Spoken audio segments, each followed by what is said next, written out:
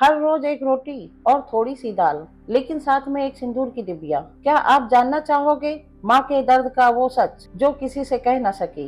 नमस्कार दोस्तों, मैं हूँ कंचन और आप देख रहे हैं कहानी कंचन की, एक ऐसा चैनल जहाँ कहानियाँ सिर्फ सुनी नहीं जाती, महसूस की जाती है। अगर आपको जीवन की सच्चाइयों से भरी ऐसी ही लोक कथाएं पसंद हैं, तो चैनल को अभी सब्सक्राइब करें और बेल आइकन जरूर दबाएं, ताकि हर कहानी सीधे आपके दिल तक पहुंचे। एक गरीब विधवा माँ, उसकी गोद में 5 वर्ष का एक बालक था। वह किसी प्रकार कुटौनी पिसौनी करके अपनी मुसीबत के दिन काट रही थी। पेट काट कर किसी तरह उसने अपने इकलौते बेटे को पाला और पढ़ाया लिखाया। जब बच्चा पढ़ लिख कर बड़ा हो गया, कमाने खाने लगा, तो माँ ने उसकी शादी कर दी और स्वयं राम भजन में लग गई। बेटे ने अपनी मेहनत की कमाई से घर को महल बना दिया और माँ, बेटा और बहू तीनों सुख से रहने लगे। बेटे ने एक दिन अपनी पत्नी से कहा, मेरी माता ने संसार के सारे सुखों को त्याग कर मुझे पाला पोसा है और अब हम इस लायक हो गए हैं कि उन्हें सुख और शांति देकर अपना कर्तव्य पूरा करें। पत्नी बहुत ही चतुर और चालाक थी।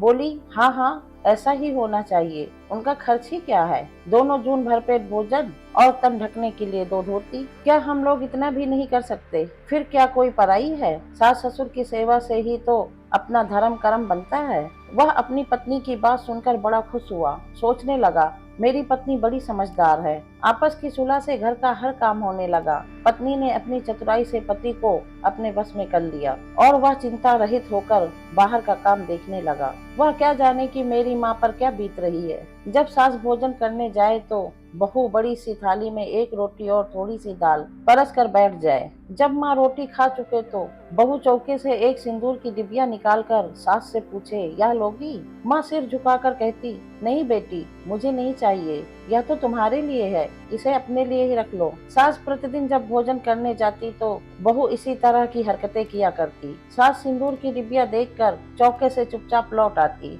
दिन पर दिन माँ दुबली होती गई। लाज की मारी पेट का दुख किसी से कहे भी नहीं। एक दिन बेटे ने बड़े प्रेम से माँ से पूछा, माँ, तुम दिनों दिन दुबली क्यों होती जा रही हो? तुम्हें अब कौन सा दुख है? बेटे के बार बार पूछने पर माँ रोने लगी और कहा, बेटा, कहते हुए लाज आती है। तुमको आंख भर देख लेती हूँ, सारा दुख भूल जाती हूँ। अब जीवन के थोड़े दिन बचे हैं, वह भी किसी प्रकार कट ही जाएंगे। बेटा माँ की बात सुनकर बड़े सोच में पड़ गया कि आखिर क्या बात है जिसे माँ को बताने में लाज आती है। वह माँ के पैर पकड़कर कहने लगा, माँ, मुझसे कैसी लाज? मैं कोई गैर तो नहीं हूँ जो लाज करती हो। मुझसे जरूर बताओ, नहीं तो मैं खाना पीना छोड़ दूंगा। माँ बड़े धर्म संकट में पड़ गई। धीरे से बोली, बेटा, मुझे पेट का दुख है। बेटे को यह सुनकर बड़ा दुख हुआ। वह कहने लगा, इतनी धन दौलत के बावजूद तुम्हें पेट का दुख है? बड़े सोच की बात है माँ, मेरा सारा परिश्रम व्यर्थ है।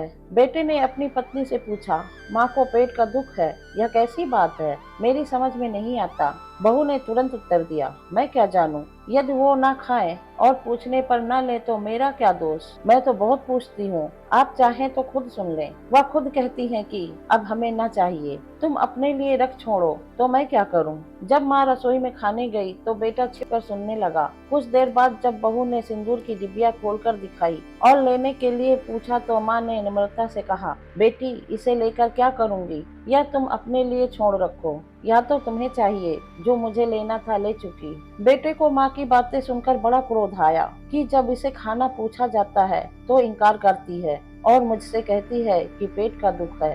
बेटे ने माँ को एकांत में पाकर पूछा, क्यों माँ, एक ओर तो तुम कहती हो कि पेट का दुख है और दूसरी ओर बहू के पूछने पर खाना भी नहीं लेती हो और दुनिया भर की बातें करती हो कि हमें न चाहिए। अब मैं लेकर क्या करूंगी? अपने लिए रख छोड़ो। यह दोरंगी बातें कैसी? तुम्हें भगवान के घर जाना है, आखिर झूठ क्यों बोलती हो? माँ ने कहा, मेरा लाल, तुमसे झूठ बोलकर मैं भगवान के घर भी ना रह पाऊंगी। मैं झूठ नहीं बोलती, तुम अपनी माँ को झूठी न समझो। यदि मैं तुमसे झूठ बोलूंगी तो स्वर्ग में बैठे तुम्हारे पिता क्या कहेंगे? तुम्हारी बहू मुझे एक रोटी और थोड़ी सी दाल देकर फिर क्या देती है? तुम चौके में आकर स्वयं देख लो। जब माँ चौके में खाने लगी तो बहू ने एक रोटी और थोड़ी सी दाल देकर सास को फिर वही सिंदूर की डिबिया दिखाई। माँ ने फिर वही उत्तर दिया। बेटा तुरंत चौके में घुस गया। उसने देखा कि उसकी पत्नी एक बड़ी सिंदूर की डिबिया खोले माँ से पूछ रही थी, इसे लोगी? बेटा अपनी पत्नी का यह चरित्र देखकर क्रोध से बोला, अरे दुष्ट, तू इतनी नीच है?